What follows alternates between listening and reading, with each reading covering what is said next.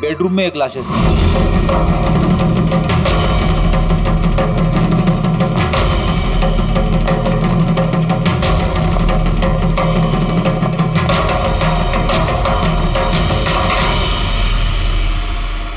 आवाज सुन के उठने की कोशिश की होगी, यहीं पे मार दिया।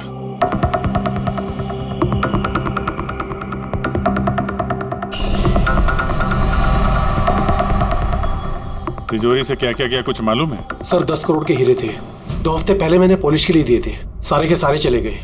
हीरे? सर बाथरूम में हथियार है।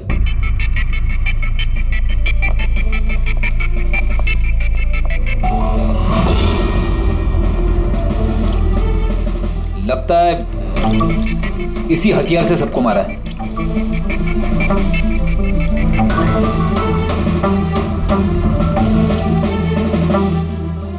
अच्छा खासा साफ कर दिया है, वो भी साबुन से।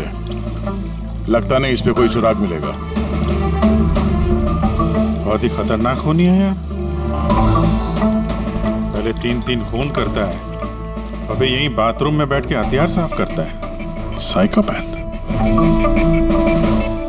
अच्छा, इन हीरों के बारे में कोई और भी जानता था? सर 3 लोग जानते थे। कौन है? आइए बताता हूँ सर। एक सेठ भाई का भतीजा करुणेश, 2 एम्प्लॉय थे, सतीश और सर मानिक। आइए सर मैं दिखाता हूँ।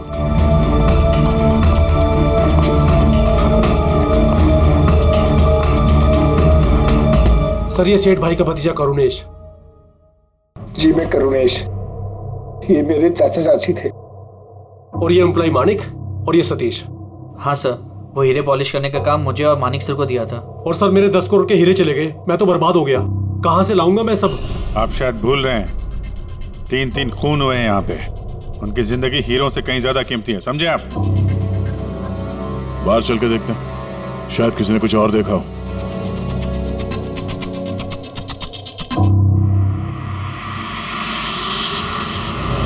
हमें कल रात की सीसीटीवी फुटेज चाहिए। ये कैमरा चल रहा है ना? हाँ साहब, लेकिन कल रात 2 से 3 बजे के बीच लाइट कट गई थी साहब। उस समय का तो कुछ मिल नहीं पाएगा साहब, लेकिन उसके पहले और बाद का सब है साहब। 2 से 3 बिजली नहीं थे, शायद खून भी उसी वक्त हुआ। लेकिन कल रात 2 से 3 बजे के बीच लाइट कट गई थी साहब। उस समय का तो कुछ मिल नहीं पाएगा साहब, लेकिन उसके पहले और बाद का सब है साहब। 2 से 3 बिजली नहीं थे, शायद खून भी उसी वक्त हुआ। उस दौरान तुमने किसी अनजान आदमी को यहाँ आते जाते देखा था? साहब रात को 2:30 बजे सेठ साहब के बाजू वाले घर से 4 बच्चे लोग गाड़ी लेके निकल गए।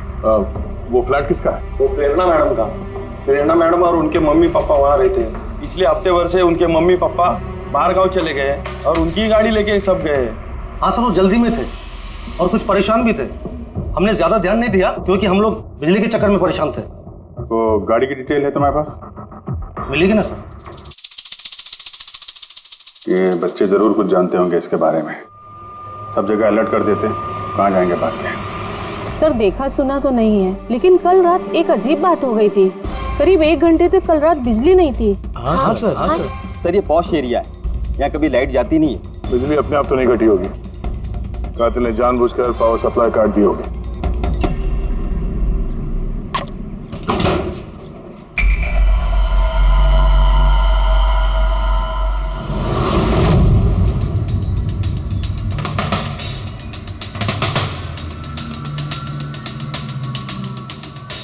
सर ये देखिए, छेड़छाड़ तो हुई है। जिस आदमी ने ये वायर काटा है उस आदमी को बहुत अच्छे तरीके से पता था कि अगर ये वायर काटेगा तो पूरे एरिया की लाइट चली जाएगी। और हर सोसाइटी की भी। जी ठीक है, थैंक यू। साफ है, किसी ने रात को 2 बजे इस जंक्शन बॉक्स से पावर सप्लाई कट कर दिया था, जिससे सोसाइटी का जो सीसीटीवी कैमरा है वो ऑफ हो जाए। उसके बाद वो कंपाउंड में घुसा और मिस्टर सेठ के घर में घुस गया। और करीब 2:15-2:30 बजे खून किया होगा, हीरे चुराए और वहां से निकल गया हो। और फिर 3 बजे बिजली आ गई वापस।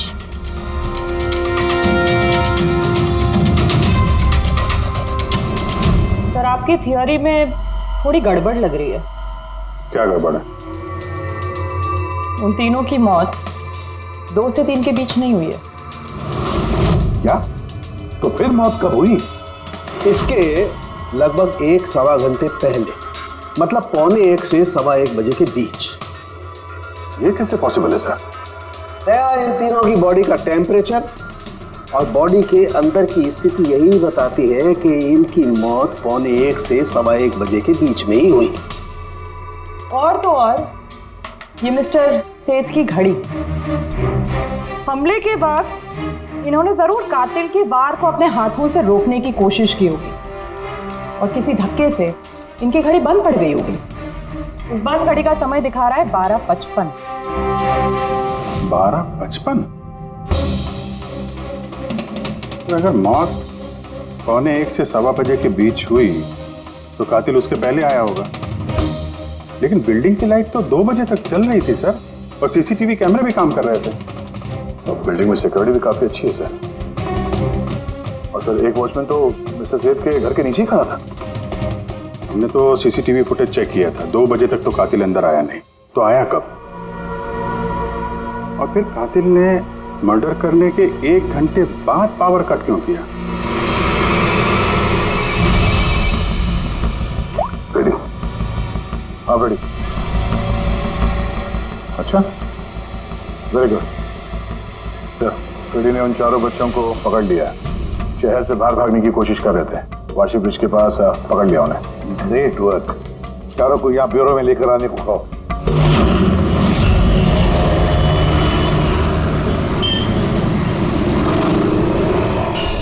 वो लोग हमारी वजह से मर गए। ये सब तुम लोगों ने उन हीरो के लिए किया ना? हीरे? कैसे हीरो की बात कर रहे हैं सर आप? हीरो के बारे में पता नहीं तुम्हें? अगर नहीं तो फिर मारा क्यों उन लोगों को? हाँ? सर हमने किसी को नहीं मारा, वो कबारा ने मारा है सर। और वो हमारी वजह से आया था क्योंकि हमने उसे बुलाया था सर। ये कबारा कौन है? वो एक मशहूर सीरियल किलर और लुटेरा है। एक मिनट, ये वो 1940 वाला कबारा तो नहीं है? इसके बारे में पढ़ा है सर। ये सिर्फ लोगों को लूटता नहीं था, बल्कि बहुत बुरी तरीके से उनकी हत्या कर देता था। हाँ वही है। अरे लेकिन उसको तो मर के 50 साल हो गए। तुमने उसे बुलाया कैसे? हम लोग एक हिस्ट्री प्रोजेक्ट बना रहे थे, तो हमें लगा कि रियल लुटेरे को बुलाएंगे तो और अच्छा होगा, तो इसलिए हम उसकी आत्मा को बुला रहे थे। लेकिन सब गड़बड़ हो गया। कुछ भी हो जाए हाथ मत छोड़ना।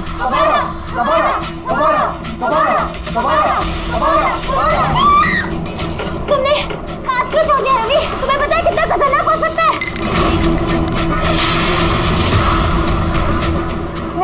Let's just chance. कबारा।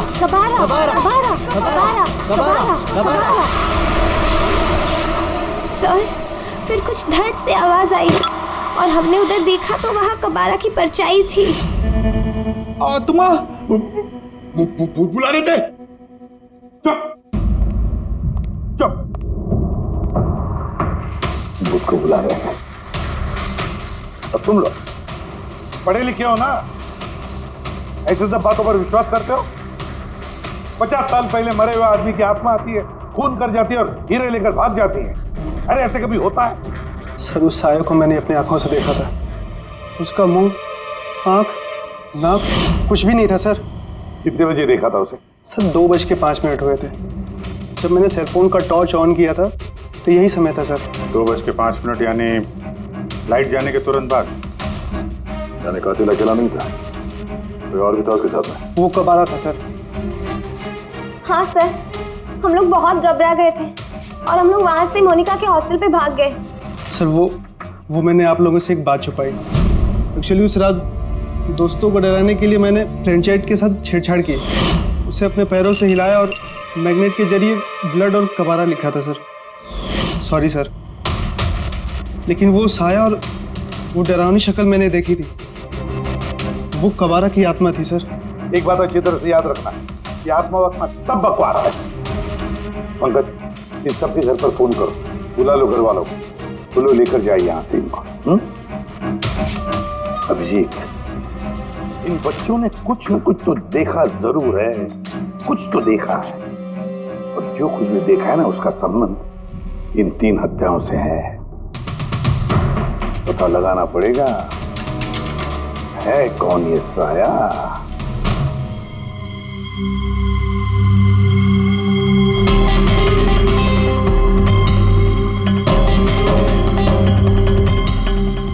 है उन लोगों ने खूनी को देखा होगा।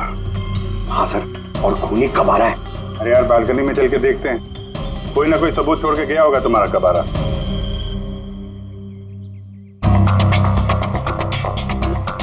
तो इसके गिरने की आवाज सुनी थी लोगों ने?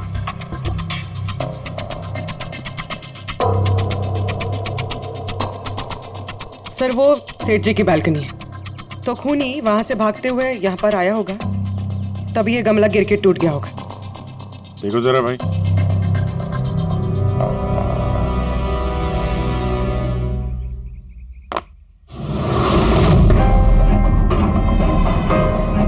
सर निशान क्लियर तो नहीं है, लेकिन लगता है ये 7 नंबर का जूता है।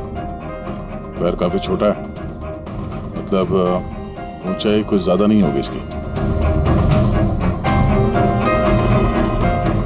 चाहे वो छोटा हो लेकिन ताकतवर तो है, जिस हिसाब से खून किया उसने। क्या लगता है पंकज, कुछ कहना है? ये जूते का निशान किसी आदमी का है या आत्माओं ने आजकल जूते पहनने शुरू कर दिए? नहीं सर, जो आप बोल रहे हैं वो सही है, लेकिन वो बिना आंख नाक मुंह वाली साया, सर वो क्या था? तो इसमें कौन सी बड़ी बात है? तुम अपने चेहरे पे ये लगा लो, ये लो। ना आंख है ना नाक है, एकदम साया और अंधेरा था। उनको भी लगा कि वो खूनी कोई आत्मा थी। एक तो वो लोग प्लेनचेट खेल रहे थे, ऊपर से लाइट चली गई। एक साया दिखा तो दिमाग तो उल्टा सीधा ही सोचेगा ना। जरा सोचो, एक आत्मा को 10 करोड़ के हीरे की क्या जरूरत है? क्या करना है उसको? ये काम किसी आत्मा का नहीं, किसी इंसान का है। रात के 12:55 को मिस्टर सेठ, मिसेस सेठ और उनका नौकर रामू, इन तीनों के खून हो गए। फिर रात के 2 बजे जंक्शन के मीटर बॉक्स से किसी ने छेड़छाड़ की और फिर रात के 2:05 पर खूनी को प्रेरणा के बालकनी से भागते हुए देखा अदनान। सवाल ये उठता है कि सर खूनी घर के अंदर कब गया? सर हमारे पास रात के 2 बजे तक का सीसीटीवी फुटेज है सर। दोपहर के बाद घर के पास कोई आया ही नहीं, खिड़की दरवाजे सब बंद थे, कोई एंट्री हो ही नहीं सकती। ये तो ऐसा ही हुआ जैसे 12:55 को खूनी जादू से घर के अंदर प्रकट हुआ और सबको मार दिया। क्या कहा तुमने फ्रेडी? क्या कहा? कुछ नहीं सर, फ्रेडी बिल्कुल सही कहा तुमने। खूनी ने ऐसे ही किया होगा, बिल्कुल ऐसे ही किया होगा। मतलब काबरा का भूत? चुप, काबरा का भूत? मेरे कहने का मतलब है कि खूनी कत्ल की रात पहले से ही वहां मौजूद था, बाहर नहीं निकला था वो। यानी घर के अंदर था कोई आदमी? लेकिन सर घर के तो सारे लोग मारे गए। कोई और दया, कोई और था जो कत्ल की रात से पहले कमरे के अंदर बैठा था, बाहर नहीं निकला था। एक काम करते हैं, सीसीटीवी फुटेज चेक करते हैं, देखते हैं कत्ल के 2-4 दिन पहले कौन कौन मिस्टर और मिसेस सेठ के घर आया था। और दया, अभिजीत, तुम शेठ के घर जाओ और देखो कहीं कोई छुपने की जगह है क्या।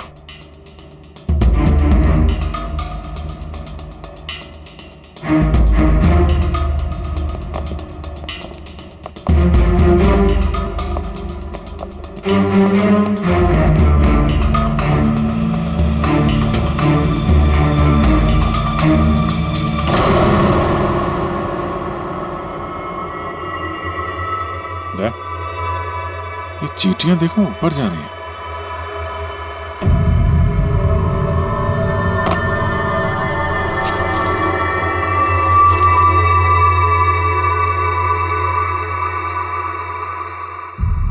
Dry fruits?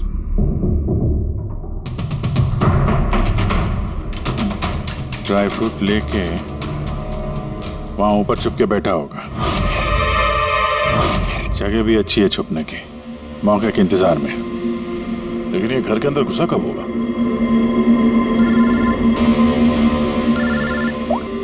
हाँ सर, फुटेज सोसाइटी के ऑफिस में देख लेते हैं सर।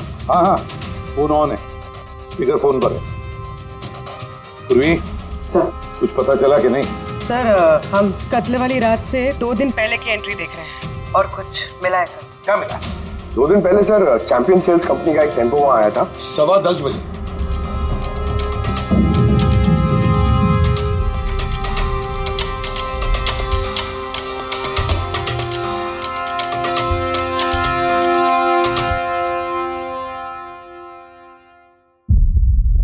और सर उसके दूसरे दिन यानी कत्ल से एक दिन पहले चैंपियन सेल्स का टेक्नीशियन मिस्टर सेठ के घर आया था। 1 घंटे रुका रहा और फिर चला गया।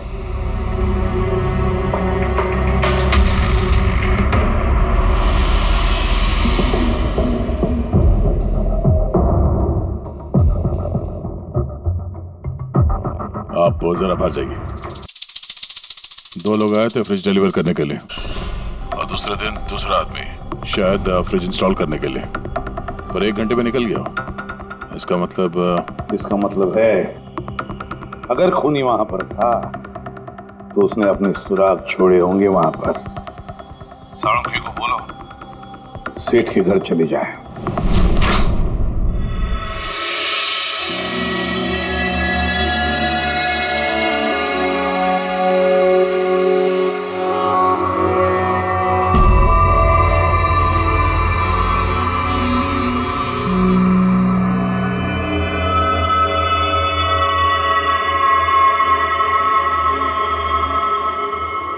कुछ मिला डॉक्टर साहब? हाँ मिला, इलेक्ट्रोलाइट्स। हाँ, सोडियम क्लोराइड, यूरिया, वो सभी कुछ जो एक आदमी के पसीने में होता है। अच्छा, इसका मतलब ये खूनी जो है वो इस फ्रिज के अंदर बैठ के आया। जब डिलीवरी हुई फ्रिज की उसके अंदर छुप के आया और घर में घुस गया। हाँ सर, कुछ दिन पहले मैंने नया फ्रिज लिया था। कंपनी वाले डिलीवरी के बाद फ्रिज खोलने नहीं देते और 1-2 दिन के बाद जब इंस्टॉलेशन वाला आता है वो फ्रिज खोलता है। तभी मिस्टर सेठ और उनके घर वालों को पता नहीं चला कि कोई और घर के अंदर घुस के बैठा है। बिल्कुल, वो आदमी फ्रिज में घुस करके बैठा होगा। फ्रिज में उसे गर्मी लगी, गर्मी से पसीना आया और वो पसीना फ्रिज में रह गया। लेकिन सालूका साहब, फ्रिज का कार्टन तो सील होता है, तो फिर खूनी अंदर आया कैसे और वो सांस कैसे ले रहा था?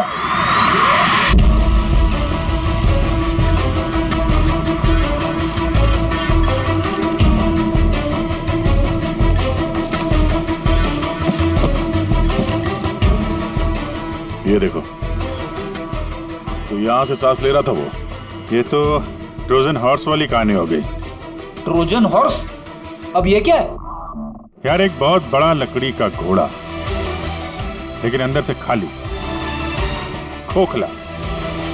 अंदर से खोखला? हाँ, जिसके जरिए ग्रीक सैनिकों ने ट्रॉय में घुसपैठ की थी। ग्रीक सैनिकों ने एक बहुत बड़ा लकड़ी का घोड़ा ट्रॉय में भेजा जिसमें सैनिक पहले से ही थे। ट्रॉय में पहुंच के एक सैनिक घोड़े से बाहर निकले और उन्होंने ट्रॉय पे हमला कर दिया। इस खूनी ने भी वही तरीका चुना है और कामयाब भी रहा।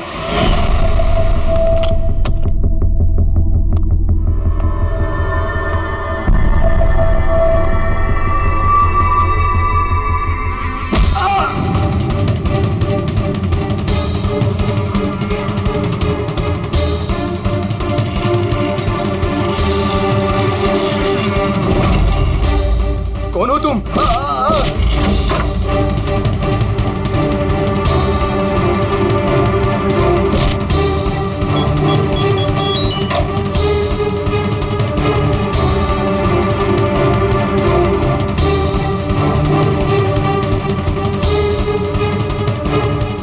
और भागने से पहले उसने अपने हाथ धोए, हथियार साफ किया और ठीक 2 बजे उसका साथी जो नीचे इंतजार कर रहा था उसने पावर स्विच ऑफ कर दिया और अंधेरे का फायदा उठा के वो यहाँ से भाग निकला।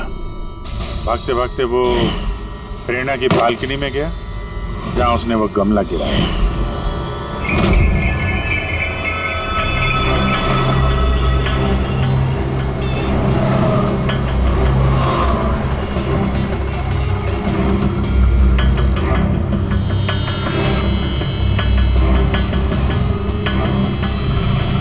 सर, ये चैंपियंस कंपनी के मैनेजर।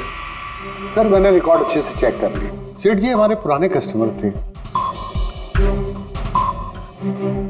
आप मैनेजर हैं? जी सर। तुम कैलाश और मानव। जी सर। तुमने फ्रिज की डिलीवरी दी थी सेठ साहब के घर पे, है ना? जी सर। और तुम राणा हो, तुमने फ्रिज इंस्टॉल किया। जी सर। लेकिन क्या हुआ सर? मिस्टर सेठ, उनकी पत्नी और उनके नौकर का खून हो गया है। खून? लेकिन साहब हम लोगों ने तो कुछ नहीं किया था साहब। सर हमें तो असाइनमेंट मिला था, हमने गोडाउन से फ्रिज उठाया और उनके घर में डिलीवर कर दिया। लेकिन सर ये तुम्हारा रोज का काम है सर। हाँ सर, एक बात है, वो फ्रिज सर कुछ ज्यादा ही भारी था, तकरीबन 30-35 किलो ज्यादा था सर। हाँ सर, हम लोगों ने इस बारे में बात भी किया था सर। हम लोगों ने सोचा कोई नया मॉडल है। सर मैंने इन लोगों का लॉगबुक चेक किया। ये दोनों 9 बजे गोडाउन पहुंचे थे और 9:30 बजे टेम्पो में फ्रिज को लोड किया और 10:15 बजे इन लोगों ने वो फ्रिज मिस्टर सेठ के घर पे डिलीवर करके वहां से निकल गए। इस दौरान तो कोई आदमी फ्रिज के अंदर नहीं जा सकता।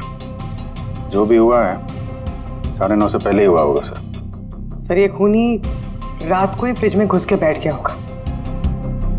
मिस्टर राणा, आप गए थे वहां पे फ्रिज इंस्टॉल करने के लिए, तो फ्रिज के पैकिंग में आपको कुछ गड़बड़ लगी? ऐसा लगा कि छेड़छाड़ की गई है पैकिंग के साथ? कुछ खास नहीं था सर, बस पैकिंग अच्छी नहीं थी। कार्टन और अंदर का थर्माकोल बिल्कुल टूटा हुआ था, जैसे किसी चूहे ने काटा हो। मुझे ये बात अजीब लगी, इसलिए मैंने फ्रिज को चेक किया। फ्रिज बिल्कुल परफेक्ट था सर, उसमें कोई डैमेज या फॉल्ट भी नहीं था। इसलिए मैंने उन लोगों को ये बात नहीं बताई कि वो लोग फ्रिज वापस कर देते और हमारी कंपनी का नाम खराब हो जाता। थर्मोकोल तोड़ के दरवाजे में फंसा दिया होगा ताकि सांस ले सके। हाँ, ये फ्रिज का वजन 30-40 किलो से ज्यादा था और जूतों के निशान जो मिले वो 7 नंबर के जूतों के थे। मतलब ये आदमी कोई एवरेज कद का इंसान नहीं है, इसीलिए तो फ्रिज के अंदर फिट हो गया। मैनेजर साहब। जी सर। सेठ साहब के घर पे जो फ्रिज भेजा है बिल्कुल वैसा ही फ्रिज यहाँ पर मंगवा लो। ठीक है सर। ढीचू को बुलाओ।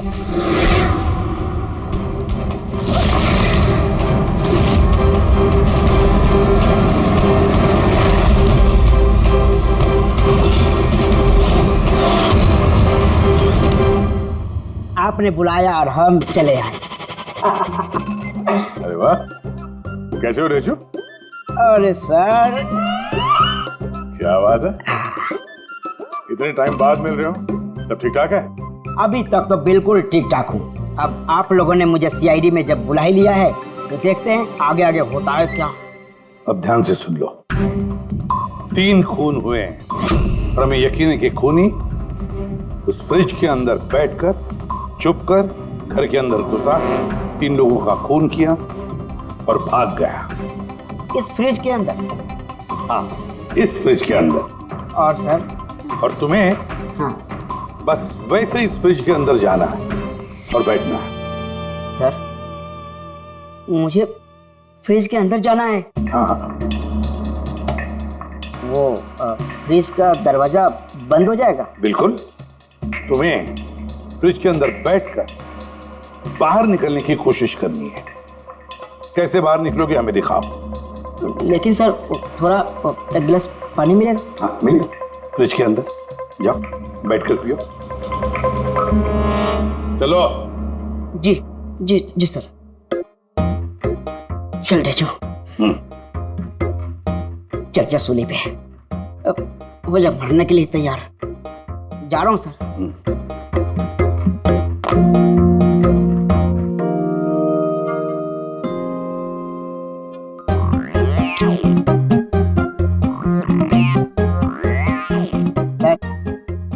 देखिए, अब देखिए ढीचू का कमाल।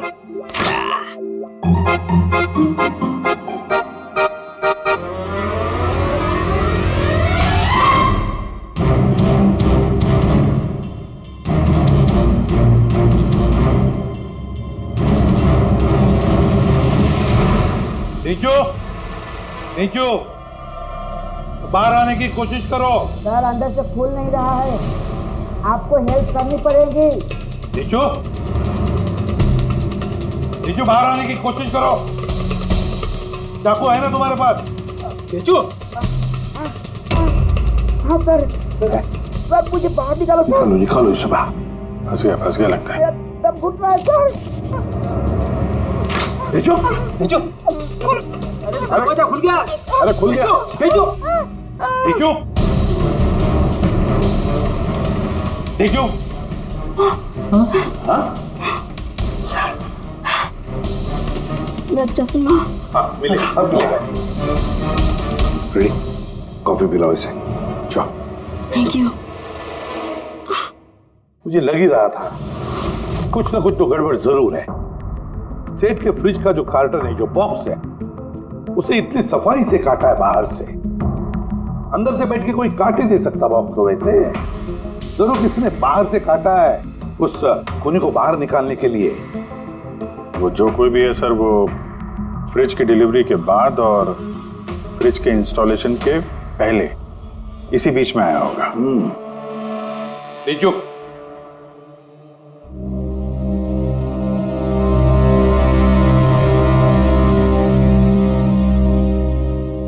लीजो, काम करो। हमारा ये खूनी दुबला पतला है, 30-40 किलो का है, मगर ताकतवर है। तुम्हें ऐसे आदमी को ढूंढना है जिसके पास अचानक से ढेर सारा पैसा आया है, जो जुए में उड़ा रहा है, नाच गाने में पैसे उड़ा रहा है। ऐसा आदमी वही हमारा खूनी है। सर। हाँ पूरी। सर, फ्रिज की डिलीवरी और इंस्टॉलेशन के बीच मिस्टर सेठ के घर 3 लोग आए। सर, पहला है पन्ना लाल। हाँ, पन्ना लाल सूरत से हीरे लेकर आया था और रात को मिस्टर सेठ के घर में ही ठहरा था।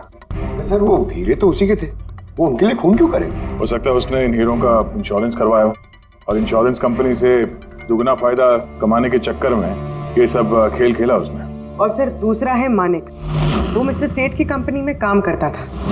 हीरो की पॉलिश तो इसी ने की थी ना, क्या पता सर इसकी नीयत खराब हो गई हो।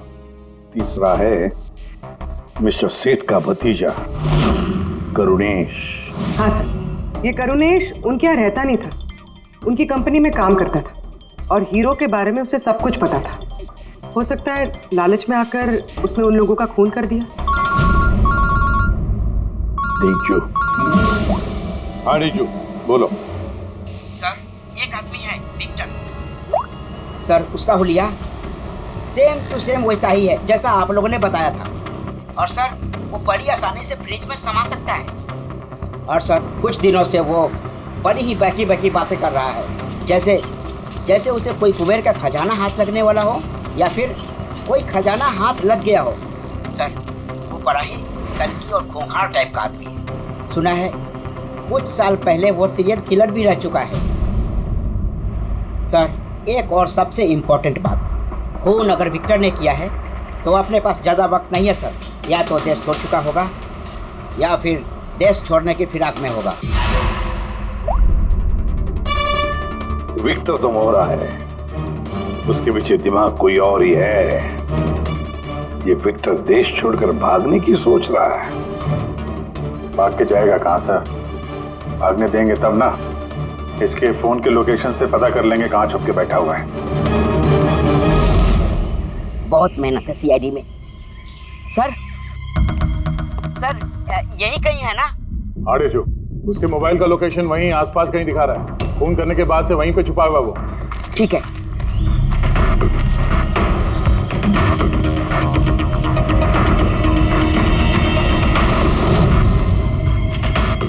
तुम सही जा रहे हो और आगे बढ़ो।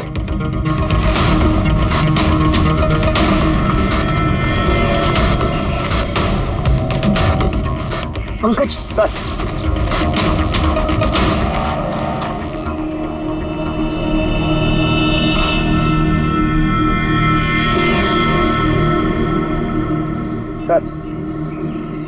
अभी से कोई नहीं पकड़ पाएगा सर। पंकज, क्या बात कर रहे हो? क्या हुआ क्या है? सर, मर गया वो। एक आखिरी कड़ी बची थी, वो भी हाथ से गई। कैसे मर गया? सर पे किसी ने पत्थर से या किसी चीज से मारा है सर, और मर के भी बहुत टाइम हो गया सर। बॉडी से बहुत बास आ रही है, बहुत बुरी हालत में है बॉडी। ठीक है पंकज, एम्बुलेंस बुलवा लो और तुम लोग वहां से निकलो। Okay sir. ओके। जैसे काम हो गया, उसको ठिकाने लगा दिया और लाश को कहीं फेंक दिया। सर, उन तीनों मर्डर्स के बाद ही विक्टर की फोन की लोकेशन वहीं दिखा रही थी। अच्छा, किसने किसने किए होंगे खून? ये पन्नालाल, माणिक या करुणेश? पन्नालाल, माणिक या करुणेश? हाँ बोलता हूं। अच्छा ठीक है, थैंक यू। ये पन्नालाल, माणिक और करुणेश, तीनों को फोरेंसिक लैब बुला लो। असली गुनहगार कौन है इसका पता चल गया है। इस कार्टन के जरिए विक्टर को उस घर में भेजा गया था और ढेचू को अंदर भेज के ये बात तो प्रूव हो गई कि विक्टर अपने आप बाहर नहीं आया था। तो जाहिर है जरूर किसी ने उसकी मदद की है बाहर आने में। और जिसने भी उसकी मदद की वो इस सबका मास्टरमाइंड है, और वो तुम तीनों में से ही कोई एक है। ये आप क्या बोल रहे हैं? सर मैंने कुछ नहीं किया। आप लोग ऐसे कैसे बोल सकते हैं हमें? एक मिनट। किसी ने इस कार्टन को बड़े प्यार से बाहर से काटा, विक्टर को बाहर निकाला, फिर वापस डक्ट टेप से इस कार्टन को चिपका दिया। लेकिन इस कार्टन को चिपकाते वक्त उसने अपनी उंगलियों के निशान इस चिपचिपी इस जगह पर छोड़ दिए, जो अभी भी इंटैक्ट हैं, इस टेप के उस तरफ। लेकिन सर फिंगरप्रिंट्स मिलेंगे कैसे? कार्टन पे तो टेप लगा हुआ है, और अगर हम टेप निकालते हैं तो उसके साथ कार्टन का कागज भी निकल जाएगा। फिक्र मत करो पूर्वी, साड़ों के साहब ने हमें यहाँ बुलाया है तो कोई ना कोई रास्ता तो होगा इनके पास। है ना, रास्ता है। तारिका, इस हेयर ड्रायर के जरिए इस हेयर ड्रायर को हम इस टेप के ऊपर इस्तेमाल करेंगे। इस ड्रायर के गर्म हवा से इस टेप के ऊपर का एडहेसिव गोंद कमजोर हो जाएगा।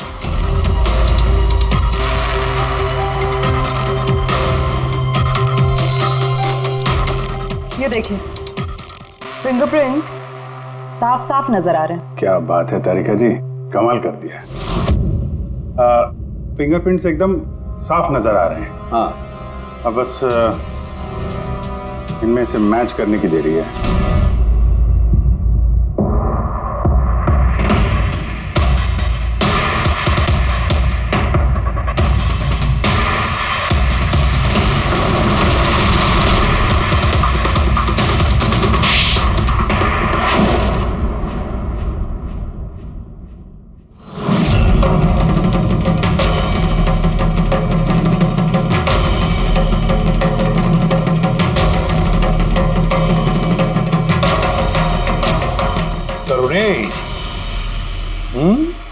हाँ, मैंने ही किया।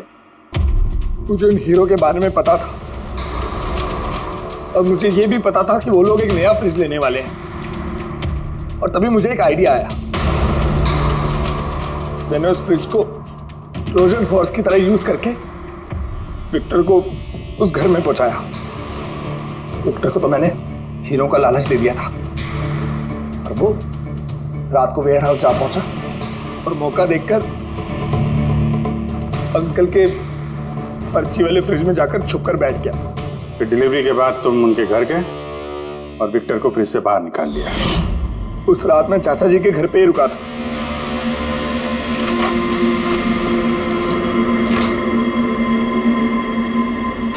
और फिर मैंने विक्टर को फ्रिज से बाहर निकाल के घर में ही छुपा दिया। करीब 1.5 दिन तक वो वहीं छुपा रहा। घर के लोग रात को सो गए तो वो बाहर निकला।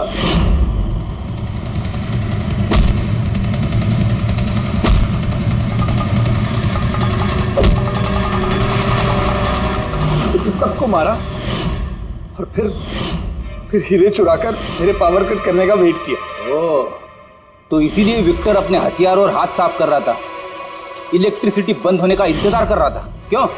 जी, फिर मैं विक्टर को अपने साथ ले गया।